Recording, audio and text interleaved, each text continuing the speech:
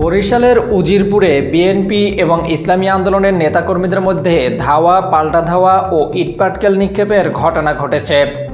গত বৃহস্পতিবার দুপুর 1টার দিকে উজিরপুর উপজেলা পরিষদের সামনে এ সংঘর্ষের সূত্রপাত হয়। এতে উভয় পক্ষের অন্তত 33 জন আহত হয়েছেন বলে দাবি করা হলেও পুলিশ জানিয়েছে কোনো হতাহতের খবর পাওয়া যায়নি।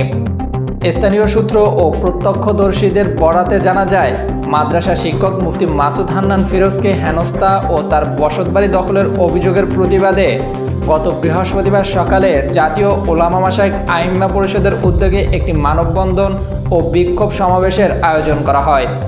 উক্ত কর্মসূচি চলাকালে উজিরপুর থানার ভারপ্রাপ্ত কর্মকর্তা সেখানে এসে আদালতের বিচারাধীন বিষয় নিয়ে কর্মসূচি পালনের নিষেধ করেন। এ নিয়ে ওসির সাথে মানববন্ধনকারীদের কথাবার্তা চলার এক পর্যায়ে উপজেলা বিএনপির যুগ্ম সাধারণ সম্পাদক শাহিন হাওলাদার এসে মানববন্ধনকারীদের একটি ফেস্টুন ছিনিয়ে নিয়ে ভেঙে ফেলেন। এর পরপরই দুপক্ষের মধ্যে উত্তেজনাকর পরিস্থিতির সৃষ্টি হয়। এক পর্যায়ে তা ধাওয়া, পাল্টা ধাওয়া এবং পাল্টাপাল্টি ইটপাটকেল নিক্ষেপের রূপ নেয়। পরে পুলিশ দ্রুত পদক্ষেপ নিয়ে বিএনপি নেতাদের উপজেলা পরিষদের ভিতর এবং ইসলামী আন্দোলনের নেতাকর্মীদের রাস্তা থেকে সরিয়ে দিয়ে পরিস্থিতি নিয়ন্ত্রণে আনে।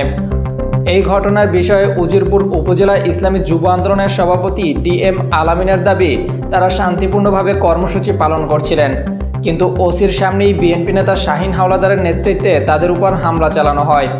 অন্যদিকে অভিযোগ অস্বীকার করে বিএনপি নেতা শাহিন হাওলাদার জানিয়েছেন, তিনি উপজেলা পরিষদে আইন শৃঙ্খলা কমিটির সভায় অংশ নিয়েছিলেন। সভা শেষে বের হওয়ার পর উপজেলা পরিষদের সামনে ইসলামী আন্দোলনের নেতাকর্মীদের দেখে তিনি এগিয়ে যান এবং তখন তার উপর হামলা চালানো হয়। সার্বিক বিষয়ে উজিরপুর থানার ভারপ্রাপ্ত কর্মকর্তা ওসি রকিবুল ইসলাম জানান, মাদ্রাসা শিক্ষক ফিরোজের সাথে স্থানীয় হিন্দুদের জমি নিয়ে বিরোধের জেরে আদালতে মামলা চলছে। বিচারাধীন বিষয় নিয়ে কর্মসূচি করতে নিষেধ করার পর দুপক্ষের মধ্যে ধাওয়া, পাল্টা ধাওয়ার ঘটনা ঘটে। তবে পুলিশের দাবি, ঘটনায় কেউ আহত হয়নি। লিখিত অভিযোগ পেলে তদন্ত সাপেক্ষে পরবর্তী আইনি ব্যবস্থা নেওয়া হবে।